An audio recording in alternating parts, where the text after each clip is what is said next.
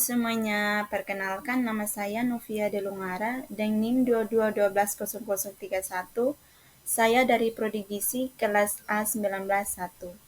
Di sini saya akan menjelaskan proses terjadinya neuropati diabetik. Jadi yang pertama, saya akan menjelaskan gambaran umum tentang diabetes mellitus. Diabetes mellitus adalah penyakit kronis yang terjadi ketika pankreas tidak dapat memproduksi cukup insulin. Insulin ini adalah hormon yang mengatur glukosa darah. Diabetes mellitus ditandai dengan gejala sering buang air kecil, rasa haus yang berlebihan, cepat lelah, penglihatan kabur, dan luka yang sulit disembuhkan. Apa sih neuropati diabetik itu? Neuropati diabetik adalah kerusakan saraf yang disebabkan adanya kelemahan dan kerusakan dinding pembuluh darah kapiler yang memberi nutrisi ke saraf. Jadi, akibat dari kerusakan dan kelemahan pembuluh darah kapiler ini, saraf-saraf tidak mendapatkan pasokan nutrisi dan oksigen yang cukup. Hal ini menyebabkan kerusakan pada struktur dan fungsi saraf, terutama pada saraf perifer di bagian tangan dan kaki. Neuropati diabetik ini adalah komplikasi dari diabetes mellitus. Selanjutnya ada faktor risiko. Faktor risiko yang pertama, kontrol gula darah yang buruk. Gula darah yang tidak terkontrol dengan baik dapat meningkatkan terjadinya risiko komplikasi diabetes, termasuk kerusakan pada saraf. Yang kedua, riwayat kencing manis. Semakin lama seseorang menderita diabetes, semakin tinggi terjadinya kerusakan pada saraf. Yang ketiga, penyakit ginjal. Kerusakan ginjal ini mengirimkan racun ke dalam darah yang dapat menyebabkan kerusakan pada saraf. Yang keempat, merokok.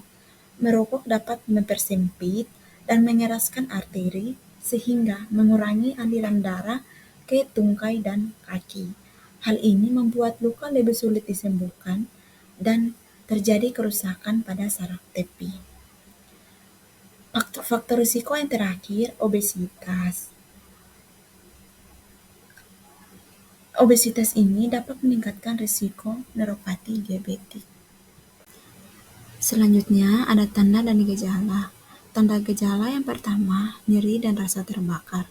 Nyeri dan rasa terbakar ini seperti disayat-sayat, misalnya menginjak bara api seringkali terjadi pada orang neuropati diabetik. Terus yang kedua, mati rasa. Kondisi ini seringkali menyebabkan penderita neuropati diabetes tidak menyadari adanya luka. Jika tidak ditangani dengan baik, luka di kaki akan meluas sehingga menimbulkan infeksi bahkan kematian jaringan. Yang ketiga, neuropati autonom. Kondisi ini mempengaruhi berbagai fungsi tubuh, termasuk regulasi suhu, tekanan darah, buang air kecil, dan respon seksual akibat rusaknya saraf di jantung dan sistem peredaran darah. Yang terakhir, ada neuropati proksimal. Kondisi ini ditandai dengan berkurangnya sensasi, kerusakan saraf, dan nyeri di kaki, paha, bokong, serta di pinggul. Selanjutnya ada patogenesis neuropati diabetik.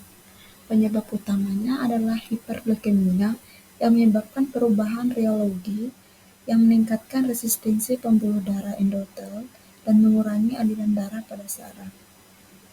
Hiperglikemia ini menyebabkan penyepisan myoinositol saraf melalui mekanisme serapan kompetitif. Selain itu, aktivasi jalur poliol di saraf melalui enzim aldose reduktase menyebabkan akumulasi sorbitol dan fruktosa di saraf dan menginduksi glikosilasi non-enzimatik dari protein struktural saraf. Hiperglikemia juga menyebabkan terjadinya stres oksidatif. Aktivasi protein kinase Z telah dikaitkan dengan kerusakan pembuluh darah di neuropati diabetik.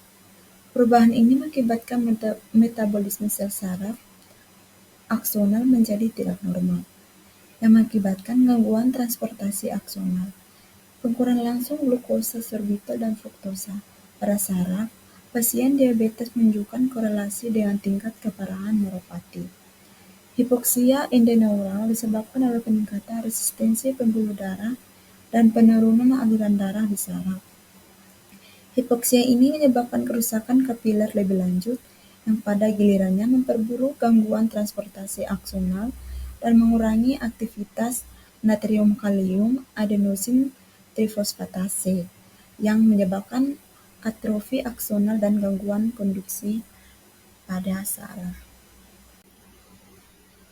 Di sini ada beberapa komplikasi. Komplikasi yang pertama, kehilangan jari kaki atau amputasi. Yang kedua, infeksi saluran kemih atau inkontinensia urin. Yang ketiga, disfungsi seksual. Yang keempat, masalah pencernaan. Yang kelima, peningkatan atau penurunan keringat. Selanjutnya ada pencegahan neuropati diabetes. Pencegahan yang pertama, menjaga tekanan darah normal.